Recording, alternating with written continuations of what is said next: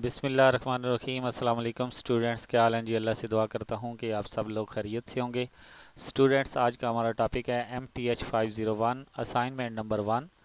Total marks 20 हैं और due date 24 मई 2021 है। इसके अलावा कुछ इंस्ट्रक्शन यहाँ पे लिखी हुई हैं, जिसमें फ़र्स्ट इंस्ट्रक्शन में वो कह रहा है कि अगर आपकी 1 से 9 लेक्चर तक अच्छी कमांड है तो आप इसको सॉल्व कर सकते हैं। इसके अलावा वो कह रहे हैं कि आपके कंसेप्ट जो हैं 1 से 9 लेक्चर तक अच्छे क्लियर हो जाएंगे। उसके अलावा वो कह रहे हैं कि तीसरे नंबर पे कि आपने LMS के ज़रिए अपनी असाइनमेंट को सबमिट करना है। इसके अलावा आप ईमेल के ज़रिए इसको सबमिट नहीं कर सकते। Right ID on a top of your solution file, अपनी सोल्यूशन फाइल के ऊपर आपने अपनी ID को मेंशन करना है। कलर बैकग्राउंड आप यूज़ नहीं कर सकते। इक्वेशन या इक्वेशन एडिटर या मैथ टाइप जो है वो फार्मूला के लिए, मैथमेटिकल सिंबल के लिए यूज़ कर सकते हैं। इसके अलावा जो फाइल है वो आपकी यूनिक होनी चाहिए। अगर कुछ बच्चों की सेम होगी तो आपको 0 मार्क्स मिलेंगे।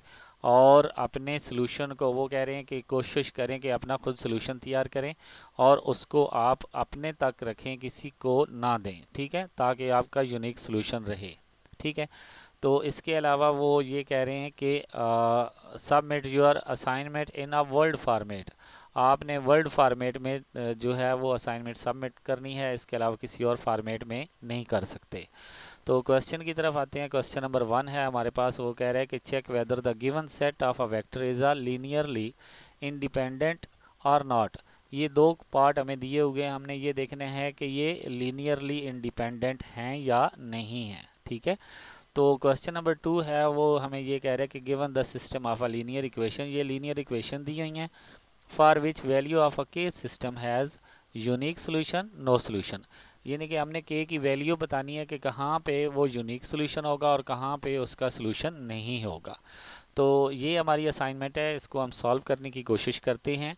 तो बढ़ते हैं अपने सोल्यूशन की तरफ। लेकिन सोल्यूशन में जाने से पहले आपसे रिक्वेस्ट करूंगा कि अगर आपने मेरा चैनल सब्सक्राइब नहीं किया तो मेरे चैनल को सब्सक्राइब करें और साथ में बेल आइकन को प्रेस करें ताकि मेरी हर आने वाली वीडियो आप तक पहुंच सके। स्टूडेंट्स, बढ़ते हैं अपने सोल्यूशन की तरफ। जी, सबसे पहले तो आपने यहाँ पे अपना नाम और ID जो है वो मेंशन ज़रूर करनी है। इसको आप यहाँ से राइट कॉर्नर, लेफ़्ट कॉर्नर या सेंटर में भी कर सकते हैं, तो ये आपकी मर्ज़ी। क्वेश्चन नंबर 1 की तरफ आते हैं, पार्ट नंबर 1। सबसे पहले हम ये जो हमें वेक्टर V1 V2 V3 दिए हुए हैं, इनको हम आर्गूमेंट मैट्रिक्स में लिखेंगे। अब आर्गूमेंट्स मैट्रिक आप किस तरह लिखेंगे, यहाँ से आपने जाना है। बल्कि ये सारी चीज़ें मैं आपको लास्ट पे बताऊंगा कि आपने ये मैट्रिक किस तरह लिखने हैं, मैथ टाइप में जाकर बताऊंगा। ये जो फर्स्ट वेक्टर है ये फर्स्ट कॉलम बन जाएगा, second vector second column, third vector third column, और फोर्थ में आपने अपने पास से उसी जैसा एक 0 0 वैल्यू ले लेनी है। ठीक है। अब आपने यहाँ पे रो ऑपरेशन जो है आर्गूमेंट के ऊपर अप्लाई करना है। रो ऑपरेशन के ज़रिए आपने क्या करना है, इसको एसिलॉन फॉर्म में लिखना है। यानी कि ये जो हमारे पास फर्स्ट रो का फर्स्ट एलिमेंट, सेकंड रो का सेकंड, थर्ड रो का थर्ड, इनको हमने 1 के इक्वल करना है। और ये बाकी जो बिलो ऑफ दीज होंगे, यानी कि ये जो डायगोनल एंट्रीज हैं, इनके नीचे जो नंबर होंगे, ये 1, ये 3 और ये 1, इसको हमने 0 करना है। ठीक है। तो उसके मुताबिक हम देखेंगे कि ये हमारे पास इंडिपेंडेंट है या नहीं है। ठीक है। तो यहाँ पे मैंने फर्स्ट ऑपरेशन क्या किया, मैंने ये किया कि जो R3 थी उसमें से R1 को माइनस किया। ये R3 है, इसमें से मैंने R1 को क्या कर दिया, माइनस कर दिया। तो ये 3 माइनस 3 यहाँ पे 0 लिखेंगे। 1 माइनस 2 माइनस 1 आ जाएगा। 2 माइनस 2 यहाँ पे 0 आ जाएगा। और इधर तो हमारे पास 0 माइनस 0 0 ही रहेगा। ठीक है। दूसरे ऑपरेशन में आ जाएं तो यहाँ पे देखें कि यहाँ पे हमारे मैंने लिखा है कि 3 रो 2 को हम 3 से मल्टीप्लाई करेंगे और उसमें से जो आंसर आएगा उसमें से R1 को माइनस कर लेंगे। ये रो 2 है, इसको 3 से मल्टीप्लाई करेंगे, ये वाली रो 2। ठीक है। इसको 3 से मल्टीप्लाई करेंगे, ये 3 1 ज़ार 3, ये भी 3 1 ज़ार 3 और ये 3 2 ज़ार 6, और यहाँ पे 3 0 ज़ार 0। तो ये 3 1 ज़ार 3, 3 माइनस 3 क्या हो जाएगा, यहाँ पे भी 0 आ जाएगा। 3 1 ज़ार 3 माइनस 2 और यहाँ पे 1 आ जाएगा। 3 2s आर 6 -2, यहाँ पे 4 आ जाएगा, और यहाँ पे 0 - 0 0 ही रहेगा। ठीक है, तो ये हमारे पास ऑपरेशन हो गया।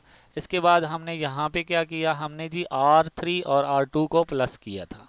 ये R3 है और ये R2 है, इनको हमने किया प्लस। तो ये देखें R3 में हमने क्या किया, ये R3 ये वाली और ये R2 इनको प्लस किया, तो ये 0 + 0 0 ही आएगा। -1 + 1 ये भी 0 हो जाएगा। इसके अलावा हमारे पास 0 + 4 4 आ जाएगा, और 0 + 0 0 ही आ जाएगा। ठीक है, नेक्स्ट हमने क्या किया, हमने R1 को 1/3 से मल्टीप्लाई किया और R3 को 1/4 से मल्टीप्लाई किया, क्योंकि यहाँ पे हमें 1 1 चाहिए था। ये देखें यहाँ पे 1 चाहिए, तो इस पूरी रो को हम 3 पे डिवाइड कर देंगे, यानी कि 1/3 से मल्टीप्लाई करेंगे। तो 1/3 से मल्टीप्लाई करेंगे तो यहाँ पे 1 रह जाएगा, और ये 2/3 और 2/3 हो जाएगा। ठीक है, ये देखें फर्स्ट रो। और जो थर्ड रो है उसको हम 1/4 से, क्योंकि हमें यहाँ पे भी 1 चाहिए, तो ये सब के सब बाकी 0 हैं, तो यहाँ पे 1 आ जाएगा जब 1/4 से मल्टीप्लाई करेंगे। तो यहाँ पे आप देख रहे हैं कि तीनों जो हमारे वेरिएबल हैं, यानी कि x1 x2 एंड x3, तीनों हमारे पास वेरिएबल बेसिक वेरिएबल हैं, यानी कि उनमें से किसी की भी वैल्यू जो है वो 0 नहीं आई।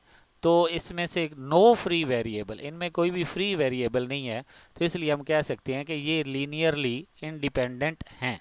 ठीक है, ये भी मैं आपको जाकर दिखाता हूँ कि इंडिपेंडेंट की डेफिनेशन क्या होती है, उसके मुताबिक आपको जाकर दिखाऊंगा।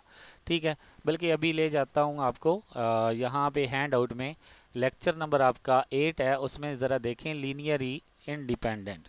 तो कब होता है, an indexes set of a vector in or n is said to be linearly independent if the vector equation x1 v1 x2 v2 so on is equal to 0 has only trivial solution। अगर वो trivial solution हो तो वो linear independent होता है। तो यहाँ पे देखें हमारे पास सोल्यूशन तो मौजूद है, यानी कि कोई भी 0 के इक्वल नहीं आया, तो ये हमारे पास हम कह सकते हैं कि ये लीनियरली इंडिपेंडेंट है।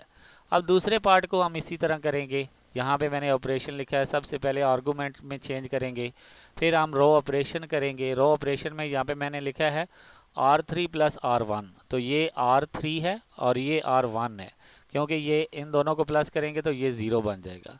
तो ये 0 + 3 क्या बन जाएगा, 3 बन जाएगा। 7 - 1 6 आ जाएगा, और 0 + 0 0 ही रहेगा।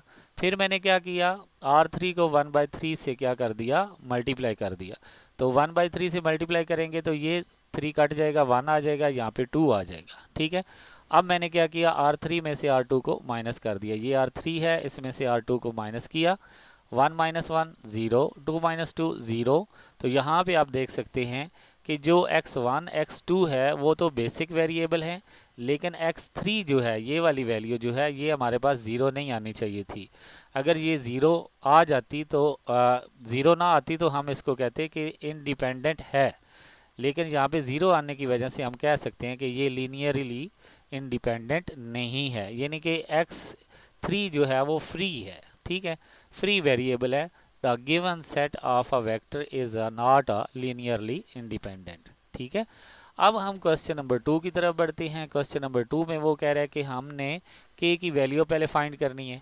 तो k की वैल्यू के लिए हम पहले इसका आर्गूमेंट मैट्रिक्स लिखेंगे। ठीक है, यानी कि ये वाली वैल्यू और इसके आगे इक्वल के बाद जो वैल्यू आ रही हैं वो लिखेंगे। ठीक है, ये भी मैं आपको बताऊंगा मैथ टाइप में कि आप इसको किस तरह लिख सकते हैं। तो जितने भी इनके वेरिएबल हैं, अब ये देखें क्वेश्चन में यहाँ पे वैल्यू मौजूद नहीं थी, तो मैंने यहाँ पे 0x2 लगा लिया। ठीक है, तो इस तरह जो वैल्यू ना दी हो वहाँ पे आप 0 और साथ में वो वेरिएबल यूज़ कर सकते हैं। ठीक है, तो यहाँ पे मैंने इनको लिखा।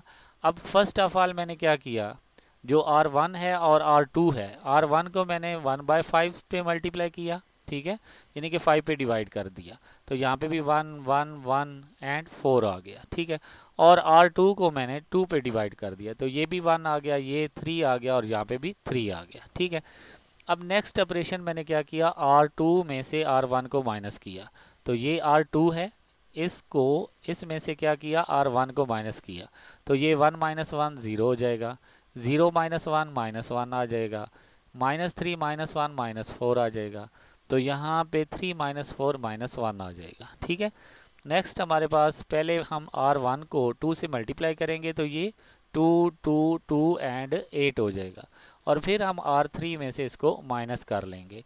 तो यहाँ पे हमारे पास क्या आ जाएगा, -2 + 2 क्या हो जाएगा, ये हमारे पास 0 हो जाएगा। 2 + 3 + 2 5 आ जाएगा। इसके बाद ये 2 प्लस ये 2 जो है ये 4 बन जाएगा, और यहाँ पे 8 -19 -11 आ जाएगा। ठीक है, नेक्स्ट हमारे पास हमने सिर्फ R2 को -1 से मल्टीप्लाई किया, क्योंकि ये सारी माइनस की वैल्यू हैं, इनको मैंने प्लस कर दिया। ठीक है, तो ये हमारे पास प्लस में चेंज होगी। अब हमारे पास क्या आ गया जी, हमने अब यहाँ पे 0 बनानी है। ठीक है, तो यह इस वैल्यू को हम 5 से मल्टीप्लाई करेंगे R2 को, और फिर R3 में से माइनस कर देंगे। तो यहाँ पे 5 - 5 0 हो जाएगा, ये 5 4 ज़ार 20 -20 होगा, और +4 -16 रह जाएगा, और ये -5 और -11 -16 हो जाएगा। ठीक है, तो अब आपने क्या करना है, ये देखें यहाँ पे भी 1 आ गया, यहाँ पे भी 1 आ गया, और बाकी 0। तो अगर इसका सोल्यूशन नहीं है तो इसको हम = 0 रख सकते हैं।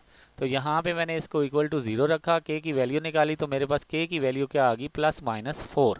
ठीक है, तो +-4 जो है ये हमारे पास वैल्यू है। अब सोल्यूशन कहाँ पे नहीं होगा, अगर तो यहाँ पे 0 आ जाता है तो फिर इसका कोई सोल्यूशन नहीं है। अगर यहाँ पे 0 नहीं आता तो फिर इसका कोई यूनिक सोल्यूशन है। तो जब यहाँ पे हम प्लस माइनस जो है वो 4 पुट करेंगे तो ज़ाहिर सी बात है यहाँ पे 0 आ जाएगा, तो सोल्यूशन नहीं होगा। लेकिन अगर हम यहाँ पे +-4 के अलावा कोई और वैल्यू पुट करते हैं तो हमारे पास 0 नहीं आएगा, तो हमारा कोई सोल्यूशन बन जाएगा। ठीक है, तो इसलिए solution is a unique when k does not equal to +-4, यानी कि जब k की वैल्यू +-4 नहीं होगी फिर कोई एक सोल्यूशन आ जाएगा, लेकिन अगर प्लस माइनस की वैल्यू होगी तो फिर सोल्यूशन नहीं आएगा। ठीक है, ये हमारी असाइनमेंट थी, आई होप कि आपको समझ आ गई होगी। अब मैं आपको मैथ टाइप पे ले जाता हूँ। आपने ये अपने आर्गूमेंट्स जो है ये मैट्रिक्स किस तरह लिखने हैं, फर्स्ट ऑफ ऑल हम इसकी बात करते हैं कि आपने ये वाला मैट्रिक्स किस तरह बनाना है। तो आप अपने मैथ टाइप में जाएं, सबसे पहले आप यहाँ से स्क्वायर ब्रैकेट को लिखें, इसके बाद आप यहाँ पे आएँ, यहाँ पे आकर आप इसमें चले जाएं। यहाँ पे आप लिख सकते हैं कि आपको कितनी रो और कितने कॉलम चाहिए। तो मुझे 3 रो एंड 4 कॉलम चाहिए, तो मैंने यहाँ पे क्या कर दिया, इसको क्लिक कर दिया, तो यहाँ पे मैं वैल्यू अपनी लिख सकता हूँ। ठीक है, एक तो ये मेरा मैट्रिक्स था। दूसरा जो मेरा मैट्रिक्स है वो ये है कि मैं दोबारा इसकी बात करता हूँ कि ये जो दरमियान में लाइन लगाई है वो किस तरह लगाई है, ये भी आपका क्वेश्चन है कि ये मैट्रिक्स मैंने किस तरह लिखा। तो फर्स्ट ऑफ ऑल तो आप जाएं मैथ टाइप में, यहाँ से ब्रैकेट को ओपन करें, फिर अपने मैट्रिक्स में जाएं, 3/3 का मैट्रिक्स लें। ठीक है, फिर इस मैट्रिक्स के अंदर एक क्लिक करें, यहाँ पे ये क्लिक किया, फिर आप यहाँ पे आएँ, इधर आकर आपके पास ये वाली वैल्यू है। ठीक है, इस वैल्यू में आप दोबारा जाएं मैट्रिक्स पे, तो यहाँ से एक 3 रो वाले कॉलम जो है वो उठा लें, तो ये देखें यहाँ पे आप अपनी वैल्यू पुट कर सकते हैं। ओके स्टूडेंट्स, आई होप कि आपको मेरी इस वीडियो की समझ आई होगी। अगर वीडियो की समझ आई हो और क्वेश्चन समझ आ गए हों तो मेरी वीडियो को लाइक और शेयर ज़रूर करें, और मेरे चैनल को सब्सक्राइब करें ताकि मेरी हर आने वाली वीडियो आप तक पहुंच सके। ओके स्टूडेंट्स, इंशाल्लाह नेक्स्ट किसी और वीडियो में हाज़िर होंगे, तब तक के लिए इजाज़त दें। अल्लाह हाफिज़।